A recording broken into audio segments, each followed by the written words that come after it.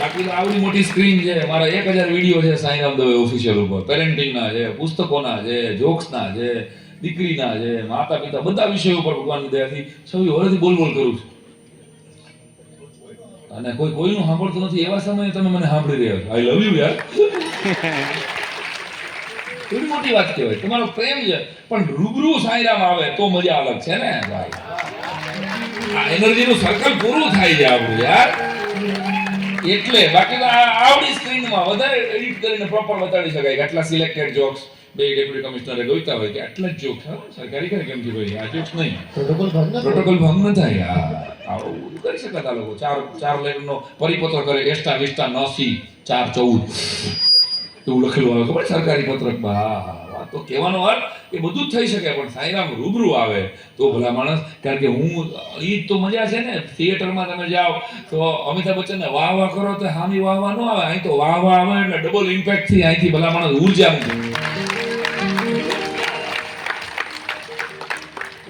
કલા છે આ પરિવાર. તો તમે તમારા પરિવારમાંથી એક કોઈ કલા તો સંતાનને શીખવજો. મારી વિનંતી છે. સુસાઇડ કરી રહ્યા છે છોકરા, ડિપ્રેશનમાં આવી રહ્યા છે છોકરા યાર.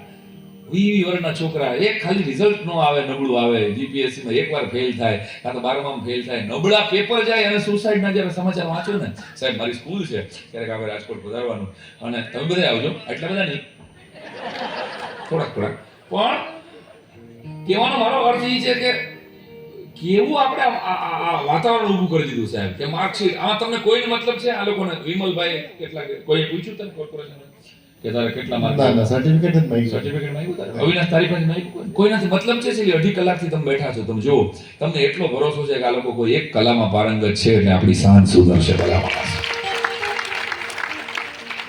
તમારા બાળકોને માર્કશીટના મોહતાજ નહીં, ટેલેન્ટના સરતાજ બનાવતા શીખવજો દોસ્તો. મા બાપ કેટલાક તો માર્કની વાહે પડી જાય. માર્ક જરૂરી છે.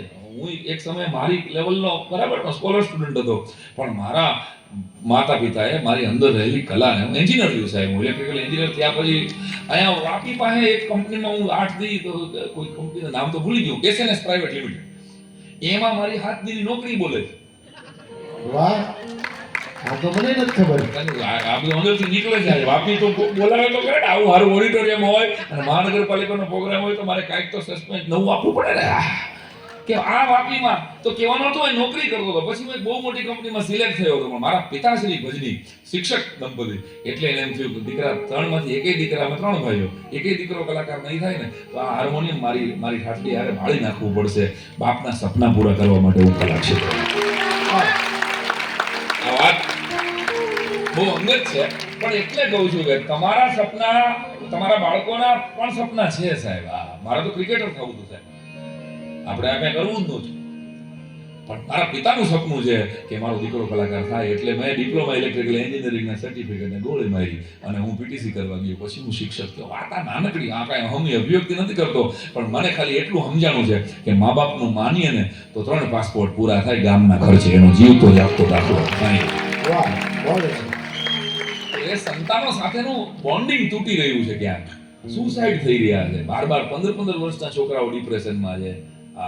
ત્યારે વિનંતી છે કે તમારા બાળકને કંઈ ના આપો ને. ખલીલ જીબ્રાન એમ કહેતા કે તો ઉત્સાહ આપજો, એની માથે હાથ મૂકી અને એની 10મા 12માની કે મોટી કોઈ એક્ઝામ હોય ને ત્યારે એને એક વોર્મ હગ કરીને એટલું કહેજો કે બેટા તારી સફળતામાં મારી તાલી હોય ને તો તારી નિષ્ફળતામાં મારો ટેકો હોય જ. It's okay. આ એક વાક્ય છે દરેક મા બાપે યાદ રાખવા જેવું. It's okay to be average. બધા સ્કોલર ન થઈ શકે ને યાર, બધા લતા થોડી થઈ શકે. લતાની બેન પણ ન ગઈ શકે લતા જેવું. યાદ કરો, સચિન તેંડુલકરનો ભાઈ કે એનો દીકરો સાહેબ એવું ન રમી શકે. સાંઈરામ દવેના ભાઈ નામે કેટલા લોકો કાલે આવશે? કોઈ નહીં આવે. કહેવાનો મારો અર્થ કે ઈશ્વર કોકને આપે છે અજવાળું, તો એ અજવાળાને પોંખો. પણ એનો મતલબ નથી કે ભાઈ 90 પીઆર વાળા હોય ને એટલે 65 પીઆર વાળા કઈ નકામા ન થઈ જાય. યાદ રાખો, એક સમયે મારી હારે તો જેટલા વાહિલી બેન્ચે બેઠા હતા ને એ જ બધા અત્યારે ફેક્ટરીના માલિક છે, અને એને 90 પીઆર વાળાને નોકરીએ રાખ્યા છે. તો આઈ છે ભલા તમારા ટેલેન્ટ ઉપર ભરોસો છે. બાળકને માથે કેટલી મમ્મીઓ તો આમ પડી ગઈ છે હેલિકોપ્ટર, મારા અંશુને મેગી સિવાય કઈ ફાવે જ નહીં, મારો અંશુ તો કોક સાથે પીઝા લેશે. મેં કીધું તારો છે ને કોક આરે હું કામ પીઝા લેશે? પછી ખબર પડી કે કોકા કોલા ને કોક કહે. ઓ અને મમ્મીઓ જ્યાંથી આપણે શરૂ થયા ત્યાં પાછો આવીએ એટલે ઓલો પટો પૂરો થાય. આ વાત જવા દો, કેટલા બધા ઇંગ્લિશ બોલે મમ્મી.